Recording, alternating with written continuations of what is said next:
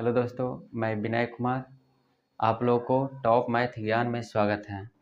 जैसा कि आप लोग बीपीएससी शिक्षक भर्ती के लिए जो मैथ का सीरीज चल रहा था, जिसमें आपको 13 नंबर मतलब भाग 13 तक आपका ऑलरेडी प्ले लिस्ट में डाला हुआ है। लेकिन आज आप हमको सोचे कि आप आज कुछ अलग करें। आप लोग क्या किए, पूरा क्षेत्रमिति का ऑल फार्मूला यानी सभी फार्मूला आपको ले लाए हैं। सभी फार्मूला पूरा का पूरा आपका फार्मूला आया है एक साथ। क्षेत्रमिति का जो भी आप यूज करते हैं सारा का सारा मिलेगा। वर्ग, आयत, घन, घनाभ, दीवार का क्षेत्रफल, बाल्टी का क्षेत्रफल, जो भी है, गोला, शंकु, सब इसी में है। आप लोग इस वीडियो को पूरा देख लें और साथ साथ जो भी हम लिखें उसको नोट कर लें। आप लोग का क्षेत्रमिति से एक भी फार्मूला नहीं छूटेगा। अगर एग्जाम में आ जाएगा तो जब भी आएगा तो यहीं से आएगा। इसलिए आपको देखिए, पहला प्रिज्म है।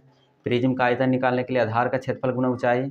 आधार का क्षेत्रफल यानी मान लीजिए कि ये है, ये देखिए एक तरह से त्रिभुज है, यानी इसका क्षेत्रफल निकाल लेंगे और गुना को जी कर देंगे, ऊंचाई कितना है उससे गुना कर देंगे। प्रिज्म का पार्श्व क्षेत्रफल यानी चारों तरह का क्षेत्रफल। आधार का परिमाप गुना ऊंचाई। पिरामिड, पिरामिड देखिए ये एक तरह से हीरा की टाइप का है, यानी पिरामिड का आयतन निकालना रहेगा। पिरामिड का आयतन बराबर 1/3 आधार का क्षेत्रफल गुना ऊंचाई। 1/3 आधार का क्षेत्रफल गुना ऊंचाई। पार्श्व क्षेत्रफल बोलेगा पिरामिड का पार्श्व क्षेत्रफल 1/2 आधार का परिमाप गुना एल। एल मतलब होता है तिर्यक ऊंचाई। एल मतलब क्या होता है? तिर्यक ऊंचाई। प्रिज्म हुआ, पिरामिड हुआ। प्रिज्म का आयतन आधार का क्षेत्रफल गुना ऊंचाई। प्रिज्म का पार्श्व क्षेत्रफल आधार का परिमाप गुना ऊंचाई। पिरामिड का आयतन 1/3 आधार का क्षेत्रफल गुना ऊंचाई। पार्श्व क्षेत्रफल 1/2 गुना आधार का परिमाप गुना ऊंचाई। आप लोग को देखिए ये हुआ प्रिज्म। अब आप लोग को वृत्त बताया जाएगा, बेलन, शंकु सब बताया जाएगा। आप लोग इसको पहले नोट कर लें कि प्रिज्म का क्षेत्रफल आधार का क्षेत्रफल गुना ऊंचाई, लेकिन पिरामिड में 1/3 लग जाता है। एक चीज़ ध्यान रखिएगा, ठीक है? आपको आगे बताया जाता है जैसा वृत्त को आप बताएंगे। चित्र बना देते हैं, हल्का समझा देते हैं। देखिए वृत्त में ये पूरा परिमाप होता है। आधा हो जाएगा, जैसे ये आधा कर देंगे तो क्या हो जाएगा? रेडियस हो जाएगा, यानी वृत्त का त्रिज्या हो जाएगा। अब देखिए यहाँ से पहला लिखते हैं क्वेश्चन। वृत्त का क्षेत्रफल, वृत्त का क्षेत्रफल पाई आर स्क्वायर। आपको पूरा का पूरा एक करवा देंगे, जो भी है खाली ध्यान रखते जाइए कि वृत्त का क्षेत्रफल पाई आर स्क्वायर, वृत्त का क्षेत्रफल पाई आर स्क्वायर, याद भी करवाते जाएंगे। वृत्त का क्षेत्रफल पाई आर स्क्वायर। वृत्त का परिमाप या परिधि 2 पाई आर होता है। वृत्त का परिमाप या परिधि क्या होता है? 2 पाई आर होता है। अब देखिए ये वृत्त हुआ। वृत्त के बारे में यही दो ज़्यादा मुख्य रूप से याद रखिए। वृत्त का क्षेत्रफल पाई आर स्क्वायर, वृत्त का परिमाप 2 पाई आर। अब इसमें देखिए वृत्त में और क्या पढ़ना है आपको हल्का सा बताते हैं। यहाँ त्रिज्या खंड ये सब होता है। जैसे यहाँ से देखिए मान लीजिए कि ए बी ओ है। अब इसमें त्रिज्या खंड आता है, ये त्रिज्या खंड हुआ। तो इसमें पूछा जाएगा कि ए ओ बी का क्षेत्रफल क्या होगा? त्रिज्या खंड ए ओ बी का क्षेत्रफल क्या होगा? तो देखिए त्रिज्या खंड का क्षेत्रफल लिख रहे हैं। यहाँ थीटा मान लीजिए, यहाँ थीटा। वृत्त के त्रिज्या खंड का क्षेत्रफल, वृत्त के त्रिज्या खंड का क्षेत्रफल होता है पाई आर स्क्वायर थीटा बटा 360। याद रखिएगा क्या? पाई आर स्क्वायर थीटा बटा 360। और इसको देखिए चौथा क्या होगा? वृत्त के त्रिज्या खंड का परिमाप या चाप की लंबाई इसको बोलते हैं। वृत्त के त्रिज्या खंड का परिमाप या चाप की लंबाई पूछा जाएगा, या इसी में लिखा रहेगा या चाप की लंबाई। दोनों के लिए एक ही फार्मूला होगा। वृत्त के बोला जाएगा चाप की लंबाई, यानी ये कितना लंबा हो जाए, या तो वृत्त के त्रिज्या खंड का परिमाप।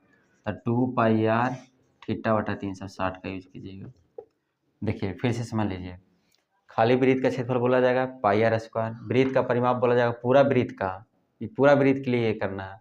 वृत्त का क्षेत्रफल पाई आर स्क्वायर, वृत्त का परिमाप 2 पाई आर, वृत्त के त्रिज्या खंड का क्षेत्रफल पाई आर स्क्वायर थीटा बटा 360, वृत्त के त्रिज्या खंड का परिमाप या चाप की लंबाई 2 पाई आर थीटा बटा 360।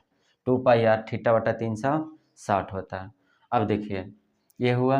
अब देखिए इसमें होता है, एक होता है लघु वृत्त। लघु वृत्त मतलब ये वाला, इसका क्षेत्रफल निकालना रहेगा तो क्या करेंगे। ये तो हुआ वृत्त का क्षेत्रफल, ये पूरा संपूर्ण वृत्त का परिमाप, ये यानी ये चारों पट्टी लगाने में जो लग रहा है इसको बनाने में, वो हुआ परिमाप।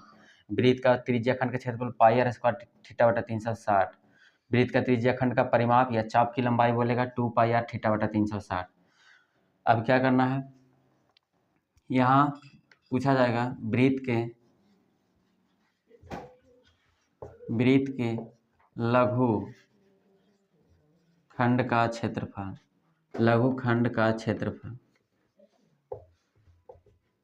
वृत्त के लघु खंड का क्षेत्रफल क्या करना है। वृत्त के लघु खंड का क्षेत्रफल निकालने के लिए देखिए यहाँ आपको लिख रहे हैं,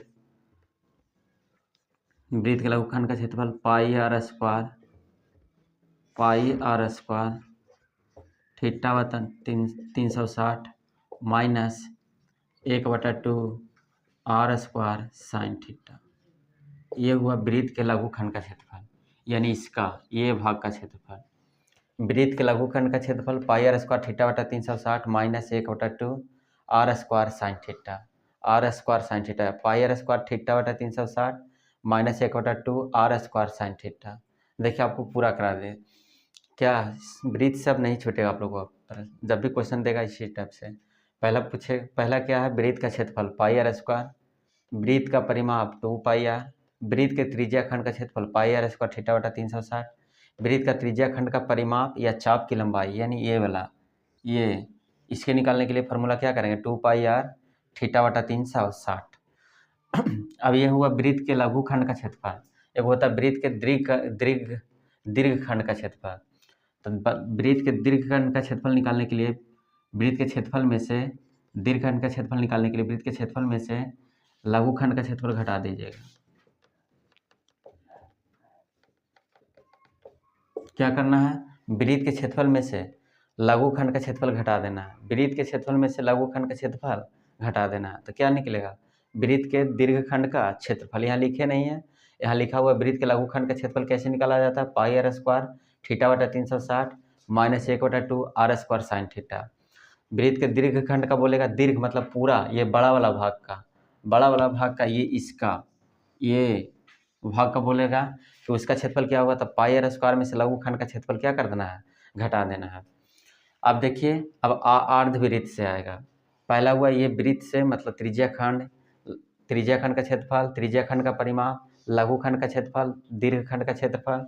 अब होगा अर्धवृत्त से। अर्धवृत्त के बारे में देखिए, जानिए, आप लोग इसे नोट जरूर कर लें। देखिए अब क्या अर्धवृत्त के बारे में जानेंगे, अर्धवृत्त यानी आधा वृत्त के बारे में। अर्धवृत्त पर जानते हैं कि उसका जो ये अर्धवृत्त पर हमेशा परिधि पर कितना डिग्री कोण बनता है, 90 डिग्री कोण बनता है, ये पता है आप लोग को। अब अर्धवृत्त के बारे में जानकारी लेंगे। पहला क्या होगा,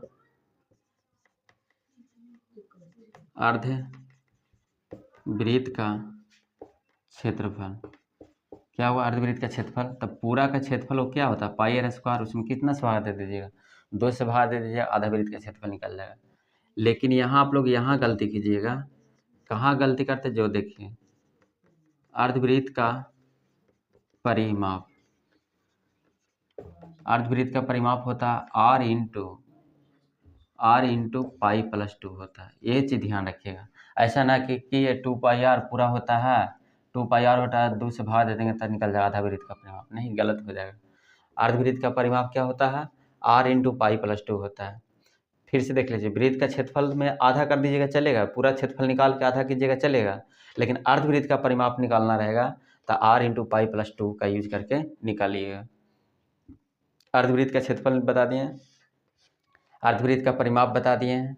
इसका सब लोग अपना मतलब क्वेश्चन के हिसाब से सब जगह यूज कर सकते हैं। हम क्वेश्चन आपको आज नहीं कराएंगे, सिर्फ फार्मूला है उसका पूरा का रिविजन कराएंगे। सब जो भी है क्षेत्रमिति से फार्मूला लगभग आपको सारा चीज़ करवा देंगे, खाली आप लोग देखिए और उसको नोट करते जाइए। ये एग्जाम में आपको बहुत काम देगा, इसलिए आपको बोल रहे हैं। हम 2-3 बार बोलते हैं एक फार्मूला को, अर्धवृत्त का क्षेत्रफल πr²/2, अर्धवृत्त का परिमाप r इंटू π+2। अब आपको देखिए बताते हैं बेलन। देखिए बेलन के बारे में समझिए। बेलन बेलन जानते हैं एक तरह से पंप जो देखे हैं, पंप का यूज करते होंगे, या आप लोग के बगल में जो होता है वो एक तरह से पंप है, जो है ये बेलन है। यानी दोनों तरफ खुला होना चाहिए, तब ये बेलन कहलाएगा। दोनों तरफ खुला हुआ होना चाहिए। बेलन समझ गए होंगे कि गोल आकार का होता है, लंबा टाइप का, उसमें बीच में खाली रहता है, यही क्या कहलाएगा? बेलन। अब देखिए पहला क्या पूछा जाएगा इसमें, बेलन का आयतन। इसमें अब आयतन आ जाता है, बेलन का आयतन। तो बेलन का आयतन होता है पाई आर स्क्वायर एच। क्या होता है? बेलन का आयतन याद कर लीजिएगा, पाई आर स्क्वायर एच। बेलन का आयतन क्या होता है? Pi R square H. बेलन का वक्र पृष्ठ का क्षेत्रफल,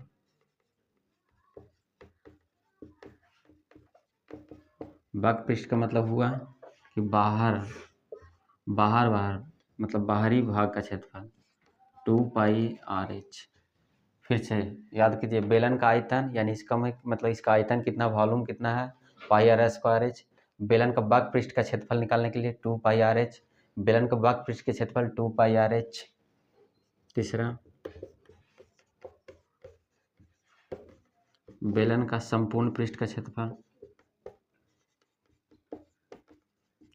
संपूर्ण पृष्ठ का क्षेत्रफल 2 pi R into R plus H होता है। 2 pi R into R plus H होता है। फिर से बेलन का आयतन पाई आर स्क्वायर एच। बेलन का वक्र पृष्ठ का क्षेत्रफल, वक्र पृष्ठ का क्षेत्रफल यानी बाहरी भाग का क्षेत्रफल जो भी है, वक्र पृष्ठ का क्षेत्रफल 2 पाई आर एच। बेलन के संपूर्ण पृष्ठ का क्षेत्रफल 2 pi R into R plus H. अब आता है एक तरह से खोखला बेलन। खोखला बेलन के बारे में हल्का समझ लीजिए।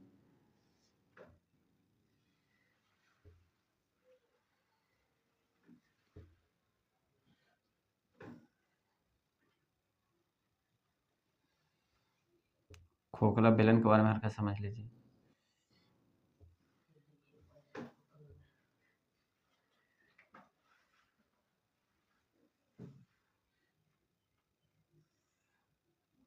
देखिए ये क्या है? खोखला बेलन है।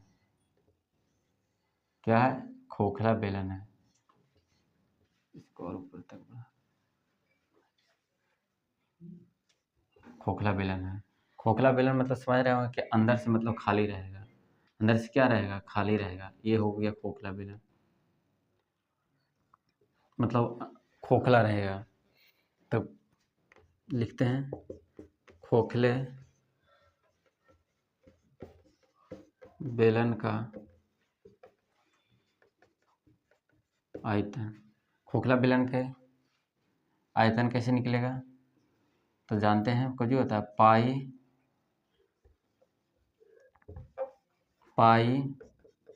एच। इसमें देखिए क्या होगा, R1 स्क्वायर। इसमें क्या दोनों बराबर होता है। खोखला में क्या होगा, इसमें देखिए एक छोटा आर बनेगा, इसके लिए एक आर बनेगा, एगो छोटका आर बनेगा, एगो बड़का आर बनेगा। देखिए ना, 2 को बना है ना। यहाँ देखिए एगो बड़ा बना है, एगो छोटा बना है। तो बड़का आर स्क्वायर में से क्या करना है? छोटका आर स्क्वायर को घटा देना है। खोखला बेलन का आयतन निकालने के लिए पाई एच इंटू बड़का आर स्क्वायर माइनस छोटका आर स्क्वायर करना। खोखला बेलन देखिए छोटा सा बन रहा है, एक बड़ा बन रहा है, यानी 2 देखिए खोखला का मतलब हुआ कि बीच में खाली रहेगा, बाकी दोनों भाग रहेगा। तो इसका आयतन निकालने के लिए पाई एच बड़का आर स्क्वायर माइनस छोटका आर स्क्वायर कर सकते हैं। उसी तरह सब सारा चीज़ में यूज कर सकते हैं। खोखला बेलन का आयतन ज़्यादा करके पूछा जाएगा एग्जाम में, तो इसको ध्यान रखिएगा। पाई एच इंटू बड़का आर स्क्वायर माइनस छोटका आर स्क्वायर कर सकते हैं।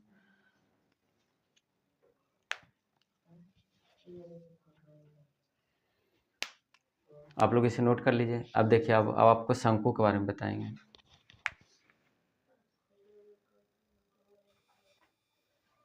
देखिए अब आप लोग को क्या रह गया? शंकु। शंकु के बारे में पढ़े हैं। शंकु एक तरह से विदेशी टोपी होता है। ये हुआ शंकु। इसको एल बोला जाता है, इसको एच बोला जाता है, इसको आर। इसमें एल आएगा, आर आएगा और एच आएगा। यानी लंबाई, ऊंचाई और त्रिज्या आएगा, तीनों चीज़ आएगा इसमें। देखिए शंकु समझ गए होंगे, शंकु क्या है, एक तरह से टोपी के आकार का। पहला शंकु का आयतन, शंकु का आयतन होता है 1/3 pi R square H, 1/3 pi R square H. दूसरा लिख लीजिए, शंकु का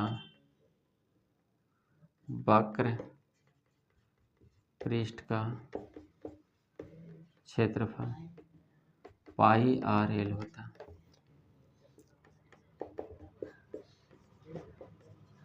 शंकु का पूर्ण पृष्ठ का क्षेत्रफल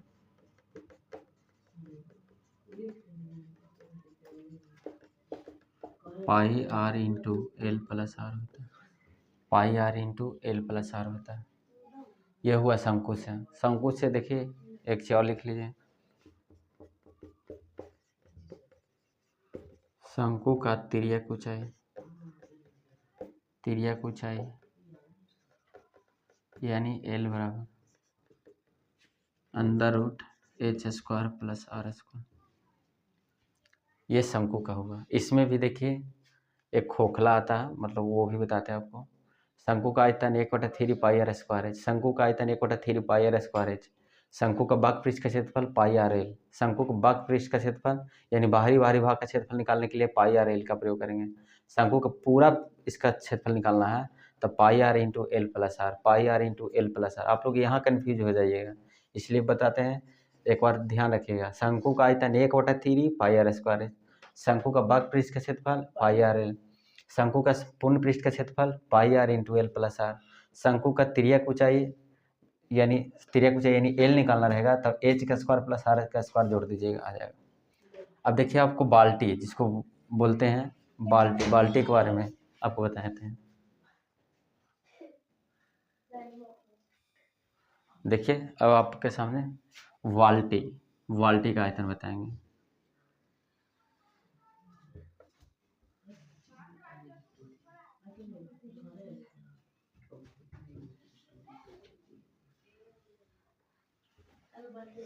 बाल्टी का आयतन बताएंगे, यानी शंकु को एक भाग को, हल्का सा भाग को काट दिया जाता है, वही बाल्टी बन गया। नीचे वाला भाग को हल्का काट दिए हैं, बस वही काट के हटाया हुआ भाग है। तो इसमें बड़कार, यहाँ छोटकार, 2 और बनेगा। एच ऑलरेडी वही रहेगा, एल भी उसी रहेगा। सब चीज़ देखिए आपके सामने लिख दिए। ये हुआ बाल्टी। अब इसके बारे में जानना है, इसका आयतन क्या होता है, वक्र पृष्ठ का क्षेत्रफल क्या होता है, संपूर्ण पृष्ठ का क्षेत्रफल क्या होता है। बाल्टी का आयतन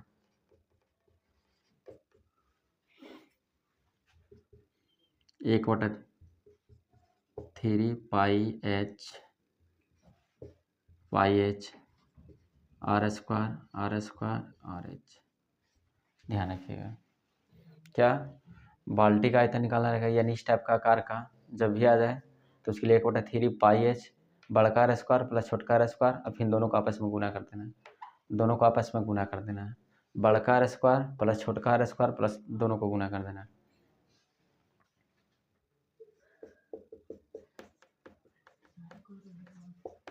बाल्टी के वक्र पृष्ठ का क्षेत्रफल,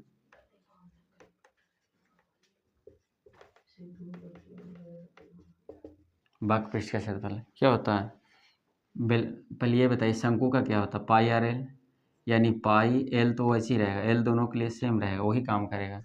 लेकिन यहाँ R, pi R L, R देखिए यहाँ के वो है 2 गुना है, यानी आर प्लस आर हो जाएगा।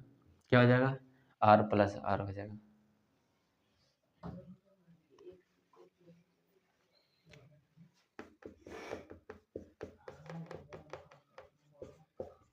बाल्टी के संपूर्ण पृष्ठ का क्षेत्रफल क्या करना है, pi L R plus R. इसमें क्या करना ना, नीचे वाला ऊपरी वाला ये क्षेत्रफल और नीचे वाला क्षेत्रफल यानी वृत्त का क्षेत्रफल लगा देना, यानी पाई आर स्क्वायर अब पाई छुटकारा स्क्वायर ये हो जाएगा। क्या करना है, बेलन के बक पृष्ठ में जो होता है बाल्टी का बक पृष्ठ में क्या करना है, ऊपरी वाला क्षेत्रफल और नीचे वाला क्षेत्रफल को जोड़ देना है। ये क्या निकल जाएगा, बाल्टी के संपूर्ण पृष्ठ का क्षेत्रफल। क्या करना है, पहले देखिए बक पृष्ठ का जो क्षेत्रफल वैसा लिख लेना है, उसके बाद ऊपरी वाला क्षेत्रफल और नीचे वाला क्षेत्रफल यानी वृत्त का क्षेत्रफल, आधार का क्षेत्रफल और नीचे वाला का क्षेत्रफल, दोनों आधार का क्षेत्रफल जोड़ देना है। यही निकल जाए क्या, बाल्टी का संपूर्ण पृष्ठ का क्षेत्रफल। ये आप लोग के लिए बहुत ज़रूरी है, इसमें से एग्जाम में ज़रूरी रहेगा एक क्वेश्चन। ध्यान रखिए, बाल्टी का आयतन 1/3 पाई एच आर एस बड़का आर स्क्वायर प्लस छोटका R square into R R R. बाल्टी के बक पृष्ठ का क्षेत्रफल pi L into R plus R. बाल्टी के संपूर्ण पृष्ठ का क्षेत्रफल पाई एल इंटू बड़का आर प्लस छोटका आर इंटू इतना। देखिए अब आपको गोला से बताएंगे, गोला के बारे में बताएंगे। पहले इतना आप लोग नोट कर लीजिए, ज़रूरी है, आपको एग्जाम में बहुत ज़रूरी है, इसको याद रखना है। देखिए एक और है, बाल्टी के तिर्यक ऊंचाई यानी एल मालूम करना रहेगा। तो क्या करना है, आर माइनस आर का whole square plus H square कर देना। क्या करना है, बड़का आर में से छोटका आर स्क्वायर को घटा कर whole square plus H square कर देना। क्या हुआ, शंकु के तिर्यक ऊंचाई। फिर से एक बार समझा रहे हैं, बाल्टी का आयतन 1/3 पाई एच, एच समझ रहे हैं ऊंचाई, आर ऊपर का बड़ा त्रिज्या और छोटा मतलब छोटका त्रिज्या, बड़का आर स्क्वायर प्लस छोटका R square plus R R. बाल्टी के बक पृष्ठ का क्षेत्रफल पाई एल इंटू आर बड़का आर प्लस छोटका आर। बाल्टी के संपूर्ण पृष्ठ का क्षेत्रफल पाई एल, देखिए पाई एल बड़का आर प्लस छोटका, फिर दोनों आधार का क्षेत्रफल यानी ऊपरा का और निचला का क्षेत्रफल। और बाल्टी के तिर्यक ऊंचाई एल बराबर अंडर रूट बड़का आर स्क्वायर माइनस छोटका आर स्क्वायर। बाकी आप लोग को याद होगा, याद इसे नोट जरूर कर लें। और आपको बतलाते हैं, आपको पूरा आज फार्मूला क्षेत्रमिति का एक भी नहीं छूटेगा। चतुर्भुज हो, समचतुर्भुज हो, चाहे जो भी हो, गोला हो, घन हो, घनाभ हो, जो भी है सब आपको आज करा दिया जाएगा। आप लोग नोट जरूर करें, आप लोग नोट इसे जरूर करें। देखिए आप लोग को आगे क्या बताएं, गोला, ये गोला हुआ, गोला के बारे में,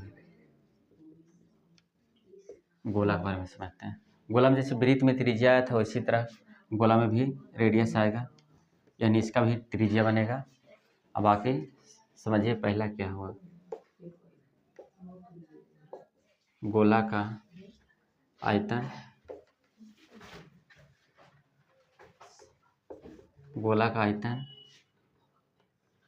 4/3 पाई आर क्यूब। गोला का संपूर्ण पृष्ठ का क्षेत्रफल,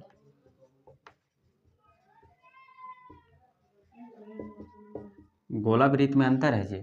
गोला होता है गोल पूरा फुटबॉल, वृत्त सिर्फ चक्का देखा है ना, सर्किल चक्का देख रहा है ना, वही उसी में। गोला का आयतन 4/3 पाई आर क्यूब, गोला का आयतन 4/3 पाई आर क्यूब। गोला के संपूर्ण पृष्ठ का क्षेत्रफल होता है 4 pi R square, 4 pi R square, 4 pi R square. इसमें बक पृष्ठ का क्षेत्रफल नहीं होता। गोला का बक पृष्ठ का क्षेत्रफल क्यों नहीं होता है, क्योंकि ये पूरी तरह से ढका रहता है। ढका रहेगा तो उसको वक्र मतलब जो उसका सतह कैसे निकालेंगे, नहीं निकाल सकते। हाँ, आधा काट देंगे उसके बाद हम नाप सकते हैं, यानी अभी पूरा है तो उसको नहीं निकाल सकते। यानी गोला का आयतन होता है 4/3 पाई आर क्यूब, गोला का संपूर्ण वृत्त का संपूर्ण पृष्ठ का क्षेत्रफल होता है, संपूर्ण पृष्ठ का क्षेत्रफल होता है 4 पाई आर स्क्वायर होता है। अब देखिए अर्धगोला, अर्धगोला के बारे में समझ लीजिए।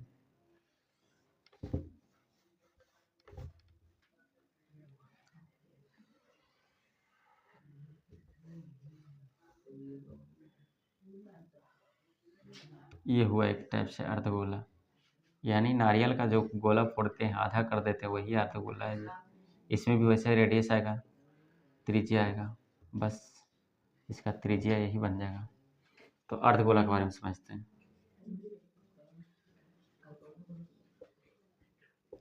अर्धगोला का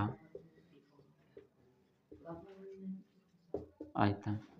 अर्धगोला का आयतन क्या करना, 2/3 पाई आर क्यूब। अर्धगोला का आयतन ये हो गया। देखिए इसमें सब्जी आएगा, अर्धगोला का संपूर्ण पृष्ठ का क्षेत्रफल। यहाँ गलती ना कीजिएगा, गलती होगा आप लोग क्या कीजिएगा, जैसे पूरा है 4 पाई आर स्क्वायर तो आधा क्या कीजिएगा 3 पाई आर स्क्वायर, जो कि गलत हो जाएगा। अर्धगोला का संपूर्ण पृष्ठ का क्षेत्रफल होता है 3 पाई आर स्क्वायर। ध्यान रखिएगा, गोला का आयतन 4/3 पाई आर क्यूब, गोला का संपूर्ण पृष्ठ का क्षेत्रफल 4 pi R square, 4 pi R square, संपूर्ण पृष्ठ का क्षेत्रफल 4 पाई आर स्क्वायर होता है। अब अर्धगोला का आयतन 2/3 पाई आर क्यूब, अर्धगोला का आयतन 2/3 पाई आर क्यूब, अर्धगोला का संपूर्ण पृष्ठ का क्षेत्रफल 3 पाई आर स्क्वायर। लेकिन यही अर्धगोला का वक्र पृष्ठ का क्षेत्रफल 2 पाई आर स्क्वायर होता है। ध्यान रखिएगा, अर्धगोला का वक्र पृष्ठ का क्षेत्रफल होता है 2 पाई आर स्क्वायर। आपको सारा हो गया, गोला और अर्धगोला। एक रह गया, क्या बोलते हैं, खोखला गोला। खोखला गोला के बारे में बस उसके बारे में बताते हैं, इतना पहले नोट कीजिए आप लोग। गोला का आयतन 4/3 पाई आर क्यूब, गोला का संपूर्ण पृष्ठ का क्षेत्रफल 4 पाई आर स्क्वायर, अर्धगोला का आयतन 2/3 पाई आर क्यूब, अर्धगोला का संपूर्ण पृष्ठ का क्षेत्रफल 3 पाई आर स्क्वायर, अर्धगोला का वक्र पृष्ठ का क्षेत्रफल 2 पाई आर स्क्वायर। इतना नोट कीजिए, आप लोग को बहुत जरूरी है।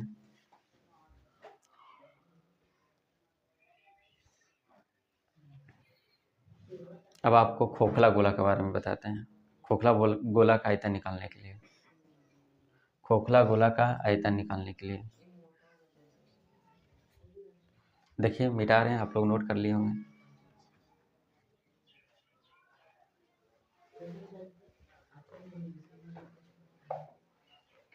बस हल्का सा यहाँ लिख देते हैं। इसके बाद घन हो गया, घनाभ रह गया, प्रिज्म रह गया, पिरामिड रह गया, और क्या रह गया, समचतुर्भुज, समांतर चतुर्भुज, समलंब चतुर्भुज। क्या था, स्टार देख के लिख लीजिए क्या था नंबर, जो हमको मालूम नहीं है लेकिन लिखिए।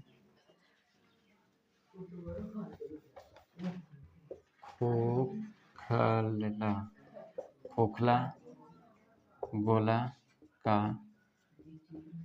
आयतन, खोखला गोला का आयतन 4/3 कीजिए, पाई कीजिए, लेकिन यहाँ क्या करना है, बड़का आर क्यूब में से छोटका आर क्यूब हटा देना। बस इतना ही करना, कुछ नहीं करना। क्या, 4/3 पाई, बड़का आर क्यूब में से छोटका आर क्यूब घटा देना, बड़का आर क्यूब में से छोटका आर क्यूब घटा देना। क्या निकलेगा, खोखला गोला का आयतन। खोखला गोला का आयतन 4/3 पाई, बड़का आर क्यूब में से छोटका आर क्यूब घटा देना। वैसा ही अर्धगोला में कीजिएगा, अर्धगोला का भी वैसे ही खोखला अर्धगोला जो होता है टाइप का, उसका आप लोग समझ गए होंगे। पहला क्या बताएं, आप लोग को वृत्त बताएं, वृत्त से सब बता दिए, वृत्त का क्षेत्रफल, वृत्त का परिमाप, अर्धवृत्त का परिमाप, अर्धवृत्त का क्षेत्रफल, त्रिज्या खंड का क्षेत्रफल, त्रिज्या खंड का परिमाप, और लघुवृत्त खंड का क्षेत्रफल पहला हुआ। उसके बाद आपको बेलन बताएं, बेलन का आयतन pi R square H, revision जरूर कीजिए। बेलन का आयतन पाई आर स्क्वायर एच, बेलन के वक्र पृष्ठ का क्षेत्रफल 2 पाई आर एच, बेलन के संपूर्ण पृष्ठ का क्षेत्रफल 2 pi R into R plus H. उसके बाद शंकु बताएं, शंकु का आयतन pi R 1/3 pi R square H.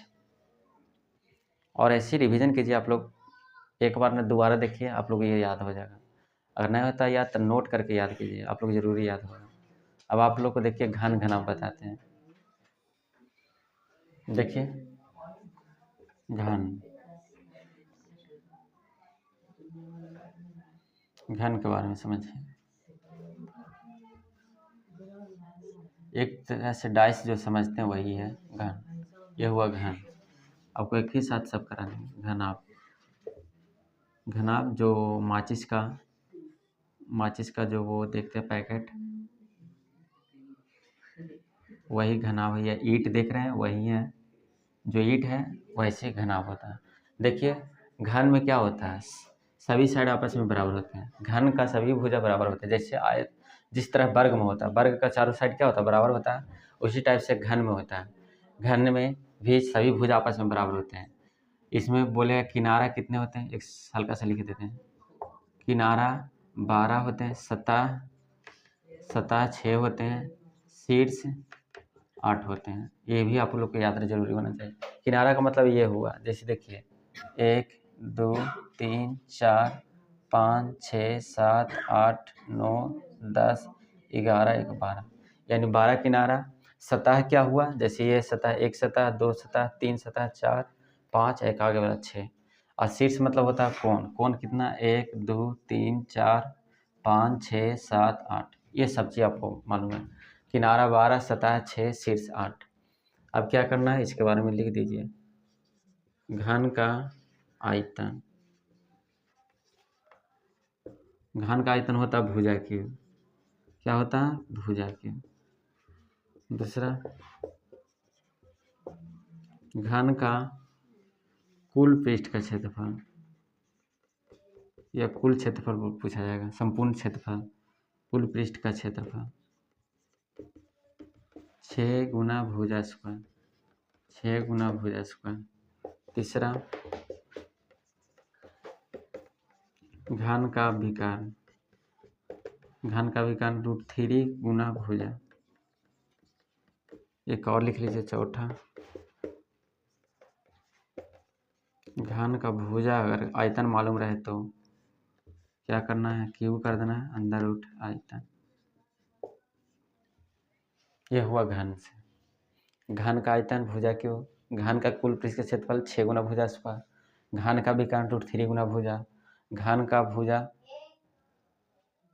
√3 आयतन, घन का आयतन भुजा क्यू, घन का कुल पृष्ठ का क्षेत्रफल 6 गुना भुजा स्क्वायर। अब देखिए घनाभ, घनाभ के बारे में देखते हैं, इसको मिटा देते हैं। देखिएगा घनाभ के बारे में, आप लोग इसे नोट जरूर कर लें।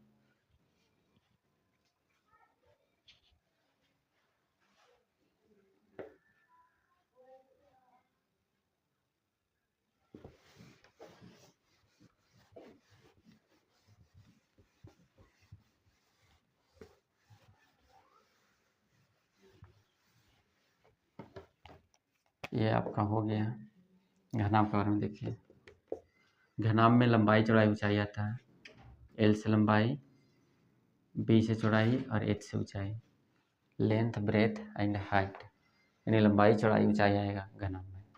इसमें सभी साइड बराबर होता है। घन में सभी भुजा बराबर होता है। जितना घन में किनारा होता है, सतह होता है, शीर्ष होता है, उसी तरह घनाभ में भी 12 किनारा, 12 सतह, 8 शीर्ष होता है। अब देखिए घनाभ,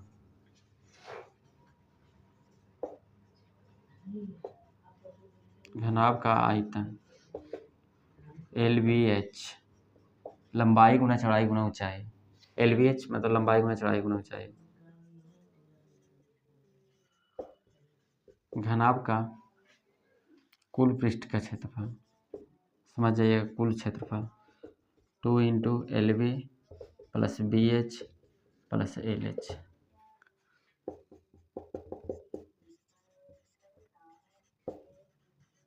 घनाभ का विकर्ण अंदर रूट L² + B² + H²। इतना ध्यान रखिएगा जरूर घनाभ से। घनाभ का आयतन LBH, घनाभ का कुल पृष्ठ क्षेत्रफल 2 × LB + BH + LH। घनाभ का विकर्ण अंदर रूट L² B² + H²। आप लोग एक साथ बोलना जरूर, अपना मन में काउंट जरूर कीजिएगा कि घनाभ का आयतन LBH, लंबाई गुना चौड़ाई गुना ऊंचाई। घनाभ का कुल पृष्ठ क्षेत्रफल 2 × LB + BH + LH। घनाभ का विकर्ण अंदर रूट L² + B² + H²। अब आपको देखिए चतुर्भुज से बारे में बताएंगे। चतुर्भुज से, घन हो गया, घनाभ हो गया, अब आपको चतुर्भुज के बारे में बताएंगे। एक चीज़ और आप लोग लिख सकते हैं, कमरे के चारों दीवारों का क्षेत्रफल। कमरे के चारों दीवारों का क्षेत्रफल आपको लिखा देते हैं हल्का सा मिटा कर। देखिए इसमें एक और होता है, हौज, हौज का आयतन।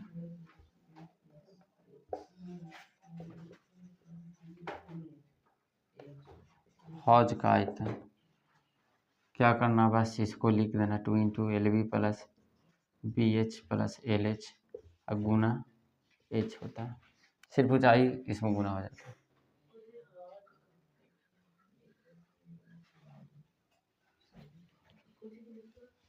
हौज ना होता पानी जिसमें भरता है ना, ऊपर से खाली रहता है, तो उसको के लिए यूज करेंगे हौज का आयतन निकालने के लिए।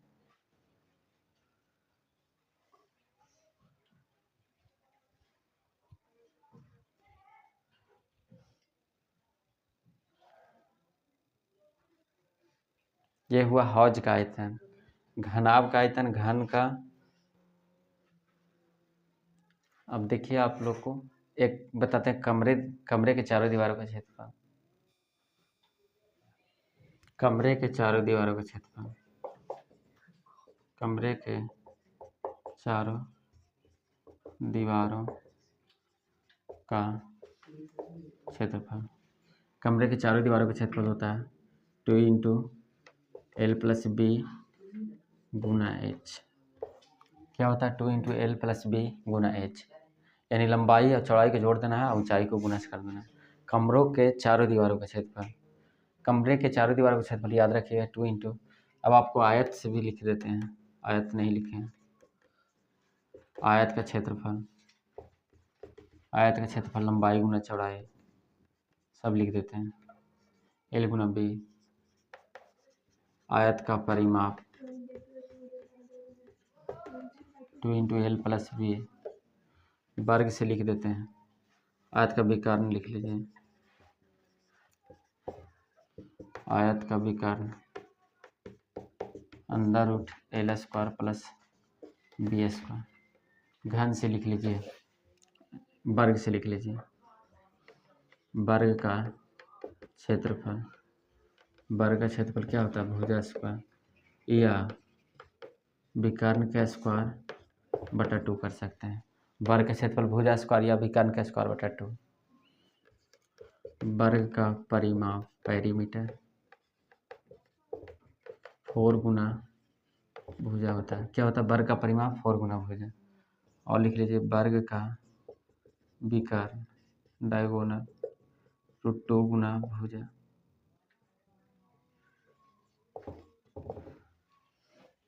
√2 गुना भुजा। देखिए कमरे के चारों दीवारों का क्षेत्रफल 2 into L B plus L plus B गुना एच, आयत का क्षेत्रफल लंबाई गुना चौड़ाई, आयत का परिमाप 2 इंटू एल प्लस बी, आयत का विकर्ण अंदर root L square plus B square, वर्ग से आ जाइए, वर्ग का क्षेत्रफल भुजा स्क्वायर या तो विकर्ण का स्क्वायर बटा 2 कर सकते हैं। वर्ग का क्षेत्रफल यानी उसका एरिया निकालना रहेगा, तो भुजा स्क्वायर या तो विकर्ण का स्क्वायर बटा 2, वर्ग का परिमाप 4 गुना भुजा, वर्ग का विकर्ण √2 गुना भुजा, वर्ग का विकर्ण √2 गुना भुजा। अब आपको रह गया चतुर्भुज के बारे में, चतुर्भुज के बारे में लिखा देते हैं। देखिए आपके सामने 3 चतुर्भुज है, समांतर है, समलंब है और सम है, पहला दूसरा तीसरा। समांतर चतुर्भुज है, समलंब चतुर्भुज है, सम चतुर्भुज है। समांतर चतुर्भुज आप लोग जानते होंगे, ये होता है यानी सब साइड बराबर, जैसे ये साइड है, ये साइड, ये साइड, ये साइड आपस में पैरेलल हो, तो यही कहलाता है समांतर चतुर्भुज। इसका क्षेत्रफल निकालने के लिए क्या किया जाता है, बस इसको एक ऊंचाई ज्ञात कर लीजिएगा, ये आधार कहलाएगा, ये ऊंचाई बन जाएगा, तो बस आधार गुना ऊंचाई कर दीजिए, आधार गुना ऊंचाई क्या होता है, आधार गुना ऊंचाई। शॉर्ट में लिख दिया आपको कि समांतर चतुर्भुज का क्षेत्रफल आधार गुना ऊंचाई, समांतर चतुर्भुज का क्षेत्रफल आधार गुना ऊंचाई। क्या आधार ये कहलाएगा, ऊंचाई ये कहलाएगा, ऊंचाई आधार गुना ऊंचाई करके बस क्षेत्रफल निकाल सकते हैं। समलंब चतुर्भुज क्या होता है इसके बारे में देखिए, आपको चित्र बना देते हैं। देखिए ये समलंब चतुर्भुज है, ये समलंब चतुर्भुज है, ये है कन्फर्म। समलंब चतुर्भुज में दो साइड आपस में जरूरी पैरेलल होगा, दो भुजा होगा आपस में समांतर होगा, लेकिन दो भुजा आपस में समांतर नहीं होगा, यानी दो भुजा जो अलग अलग होगा, बड़ा छोटा भी हो सकता है, ये तो है आपस में समांतर होता है। इसका समलंब चतुर्भुज का क्षेत्रफल निकालने के लिए 1/2 समांतर भुजाओं का योग, भुजाओं का योग गुना एच मतलब ऊंचाई, समांतर भुजाओं का योग गुना ऊंचाई, समलंब चतुर्भुज का क्षेत्रफल 1/2 समांतर भुजाओं का योग गुना ऊंचाई। आप लोग को दिख रहा होगा हल्का सा, देखिए यहाँ ऊंचाई लिखा हुआ है। समचतुर्भुज, समचतुर्भुज एक तरह से हम इसको वर्ग आयत सब बोल सकते हैं समचतुर्भुज। इसका ये नहीं कन्फर्म है कि चारों ये रहेगा, चारों भुजा बराबर रहेगा, लेकिन ये आकृति ऐसा नहीं है कि एकदम कि कन्फर्म हो कि वर्ग हो या आयत है, लेकिन चारों भुजा बराबर होना चाहिए। समचतुर्भुज, सम मतलब बराबर, चतुर्भुज मतलब चारों भुजा बराबर। समचतुर्भुज का क्षेत्रफल होता है 1/2 d1 गुना d2। ये क्या हुआ, d1 गुना d2 क्या हुआ, यानी विकर्णों का गुणनफल।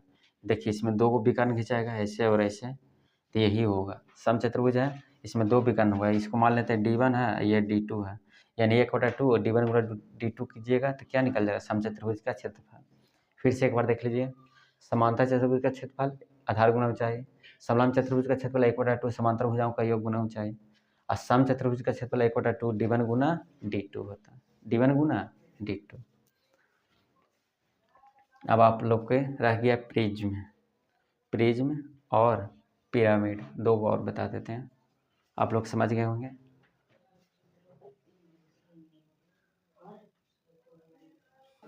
देखिए आपके सामने 2 आकृति बनाया हुआ है, समझिएगा, एक क्या प्रिज्म है, एक पिरामिड है। पिरामिड जो एक तरह से हीरा, जो जानते हैं कोहिनूर हीरा ये सब देखे होंगे, एक टाइप से वो हो गया पिरामिड है। ये प्रिज्म है, प्रिज्म 5 सतह रहता है, पिरामिड इस टाइप का मतलब ऊपर की ओर बना हुआ है। तो प्रिज्म का पहला, प्रिज्म का आयतन, प्रिज्म का आयतन निकालने के लिए क्या करना पड़ेगा, आधार का क्षेत्रफल, आधार का क्षेत्रफल, देखिए इसका ये फॉर्मूला लिख रहे हैं, आधार का क्षेत्रफल गुना ऊंचाई कर दीजिएगा, प्रिज्म का आयतन निकल जाएगा। इसका आयतन, प्रिज्म का पार्श्व क्षेत्रफल, कुछ नहीं करना, आधार का परिमाप गुना ऊंचाई, ये हुआ पहला। दूसरा, प्रिज्म का आयतन, आधार का क्षेत्रफल गुना ऊंचाई, आधार का क्षेत्रफल गुना ऊंचाई, प्रिज्म का पार्श्व क्षेत्रफल, आधार का परिमाप गुना ऊंचाई, आधार का परिमाप गुना ऊंचाई, आधार का परिमाप गुना ऊंचाई। अब देखिए पिरामिड, पिरामिड का आयतन क्या होगा, यहाँ लिख देते हैं आयतन। पिरामिड आपस बना हुआ है, तो 1/3 आधार, 1/3 गुना आधार का क्षेत्रफल गुना ऊंचाई होता है। अब इसका क्षेत्रफल, पार्श्व क्षेत्रफल 1/2 आधार का परिमाप गुना तिर्यक ऊंचाई L होता है। यहाँ देखिए, वहाँ H होता है, यहाँ L होता है। इतना आप लोग याद रखिए, आप लोग को सारा प्रश्न बन जाएगा। क्षेत्रमिति से इससे ज़्यादा नहीं आपको प्रश्न पूछा जाएगा।